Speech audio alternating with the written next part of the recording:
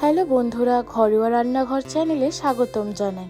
আপনারা সবাই কেমন আছেন? আশা করছি ভালো আছেন। আমিও ভালো আছি। আজকে আমি খুব সহজ পদ্ধতিতে ডিম আলু দিয়ে ফুলকপির ঝোল করে দেখাবো। এটা খেতে দারুণ টেস্টি হয়, গরম ভাতের সঙ্গে তো অসাধারণ লাগে। চলুন তাহলে দেরি না করে শুরু করা যাক আজকের রান্না।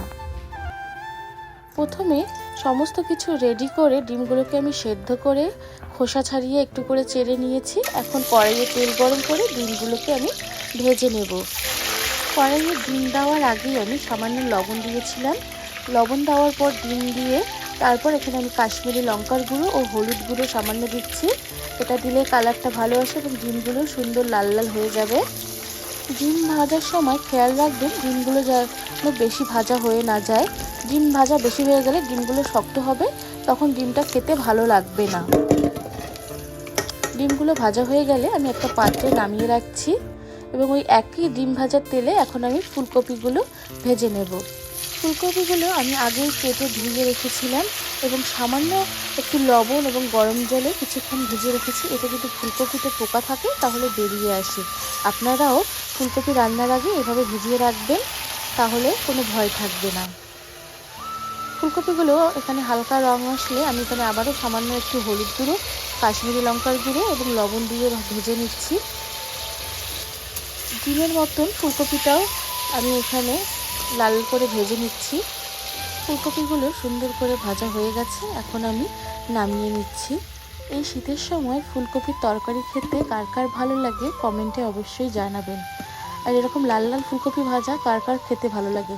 আমি তো ভাজার সঙ্গে সঙ্গেই কয়েকটা খেয়ে নিয়েছি। এখন আমি ডুবো করে কেটে রাখা আলুগুলো ভেজে নেব ওই একই তেলে। আলুগুলোকেও আমি বেশ লাল লাল করে প্রায় 50% মতন সেদ্ধ করে নেব এখানে ভাজতে ভাজতেই। আলুগুলো ভাজা হয়ে গেলে আমি এখন নামিয়ে নিচ্ছি। সমস্ত কিছু ভাজা হয়ে গেলে এগুলোকে এক সাইডে রেখে এখন আমি মশলা কষানোর জন্য ফোড়ন দিয়ে নিচ্ছি। এখানে গোটা গরম মশলা এবং একটা তেজপাতা দিয়ে কিছুক্ষণ ভেজে এখানে কুচনো পেঁয়াজ দিয়ে একটু লাল লাল হয়ে আসলে এখন আমি টমেটো, একটা বড় সাইজের টমেটো বেটে রেখেছিলাম, সেই টমেটো বাটাটা দিয়েও কিছুক্ষণ ভেজে নেব। যতক্ষণ না টমেটোর কাঁচা গন্ধটা চলে যাচ্ছে ঠিক ততক্ষণ পর্যন্তই আমি টমেটোটা ভাজবো। টমেটোটা দেওয়ার পরেই আমি লবণ দিয়েছি যাতে টমেটোটা তাড়াতাড়ি গলে যায়। সঙ্গে আমি এখানে কালারের জন্য হলুদ এবং কাশ্মীরি লঙ্কার গুঁড়ো দিচ্ছি। সমস্ত কিছু ভালো করে দিয়ে আরও কিছুক্ষণ আমি এটা ভাজতে থাকবো। খেয়াল রাখবেন মশলাটা যাতে পুড়ে না যায়। শুরুতেই আপনারা দেখেছিলেন আমি কিছু গোটা মশলা ভিজিয়ে রেখেছিলাম, সেই মশলাটির এখানে পেস্ট। এখানে গোটা জিরে, গোটা ধনে, আদা, রসুন এবং কয়েকটা শুকনো লঙ্কা একসঙ্গে আমি ভিজিয়ে রেখেছিলাম, সেটা পেস্ট করে এখানে মশলাটার সঙ্গে দিয়ে কষিয়ে নিচ্ছি। এখানে আমি গুঁড়ো মশলা আজকে ব্যবহার করছি না, সব বাটা মশলাই ব্যবহার করছি। বাটা মশলা দিয়ে যে কোনো সবজি খেতে দারুণ টেস্টি হয়, আপনারাও চাইলে একবার ট্রাই করে দেখতে পারেন। সমস্ত কিছু ভালো করে কষিয়ে নেওয়ার পর আদা রসুনের কাঁচা গন্ধটা চলে যাওয়ার পর এখন আমি কাঁচা লঙ্কা কিছুটা দিয়ে দিচ্ছি ঝালের জন্য।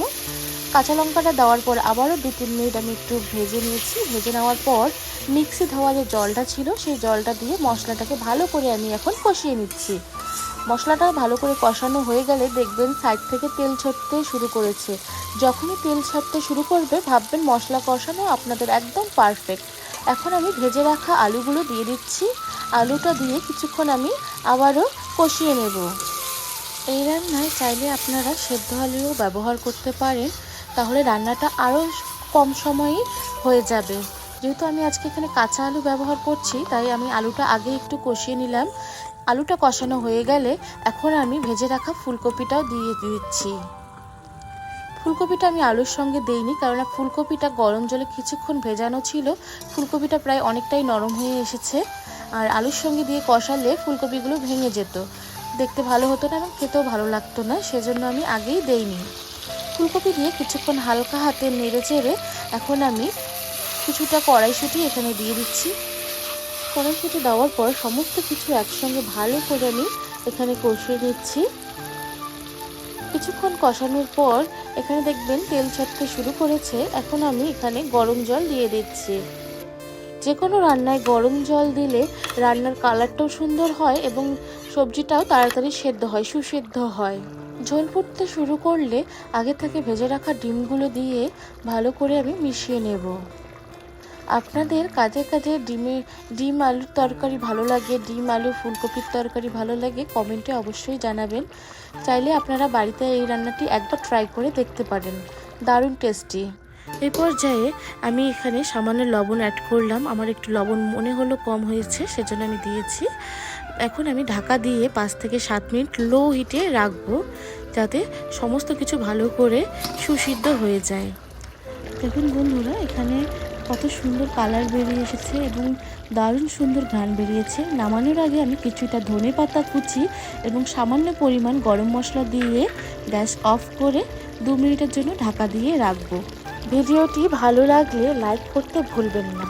নতুন নতুন ঘরোয়া রেসিপি পেতে আমাদের চ্যানেলটি সাবস্ক্রাইব করুন আর কমেন্ট করে জানাবেন এই রেসিপি আপনাদের কেমন লাগলো।